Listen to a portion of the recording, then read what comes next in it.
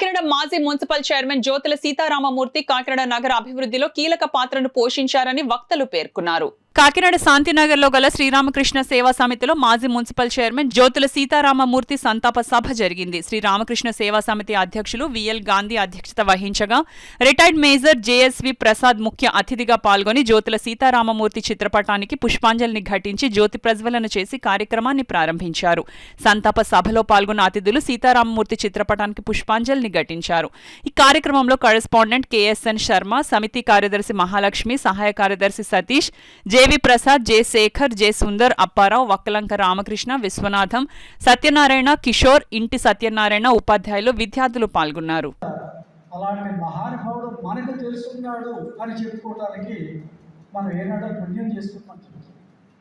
సమాజంలో ఎలా ఉందంటే ఒక గొప్పవాడు ఎవరన్నా తెలుసుంటే వాడు మాకు బాగా తెలిసి చెప్తాం, తెలిసి తెలియకపోయినా.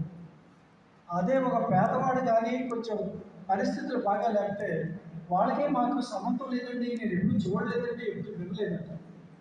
ఇలాంటి సమాజ పరిస్థితుల్లో జ్యోతుల సీతారామమూర్తి గారి గురించి తెలియనటువంటి వాళ్ళు ఎవరు లేరు. ఈ జనరేషన్ కూడా తెలియజేయవలసినటువంటి బాధ్యత. ఈ రామకృష్ణ సేవా సమితిలో మనం ఇక్కడ కూర్చున్నామంటే అనేక మంది ప్రముఖులు, ఇంక పేరే గారు మనం చెబుతాం, ఎవరు తిమ్మాజీరావు గారు, కాటరగడ్డ భాస్కర్, మీరందరూ కూడా సహాయం చేశారు. దీని గురించి మన విశ్వనాథ మాస్టర్కి చరిత్ర అంతా తెలుసు. కానీ ఈ స్థలాన్ని, ఇది గెస్టెడ్ ఆఫీసర్స్ కాలనీ అనేటటువంటి పేరు ఉండేది. అంటే ఆ పేరు పెట్టనే కాదు, ఒక ఖాళీ స్థలం ఉండేదట. ఆ స్థలాన్ని మున్సిపాలిటీకి ఒక కామన్ సైట్ మనకి ఇస్తూ ఉంటారు లేఅవుట్ చేసినప్పుడు. ఆ కామన్ సైట్ ఇవ్వడానికి మీకు తెలియదు ఏమీ లేదు.